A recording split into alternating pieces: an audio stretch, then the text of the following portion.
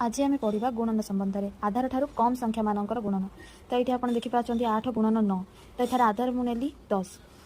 कारण यहाँ एक एकंक विशिष्ट संख्या तो ये आधार हम 10 तो 10 8 टी 10 रु केते कम 8 आधार रु केते कम 2 9 1 कम देन ए दुईटी गुणफल 2 के 2 8 वियोग 1 कि 9 वियोग 2 बाम पार्श्व देखा तो 8 वियोग 1 कि 9 वियोग 2 करने द्वारा 7 एवं डाण पार्श्व अच्छे 2 तो आर उत्तर हूँ 72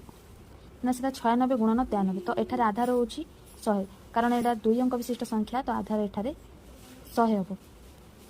96 100 ठारू 4 कम और 93 7 कम ये 4 7 28 96 7 कि 93 4 गले 89 ठीक अच्छे तो 28 तो आम उत्तर आसला 8928। देन परवर्ती प्रश्न हो 92 गुणन 93 तो आपण मैंने आशा कर बुझीपारे कि आधार हूँ 100 100 रु यहाँ के कम ना 100 रु 8 कम 100 रु 7 कम 8 गुणन 7 56 ये 92 रु 7 वियोग करवा कि 93 रु 8 वियोग करवा ठीक अच्छे तो उत्तर आस 85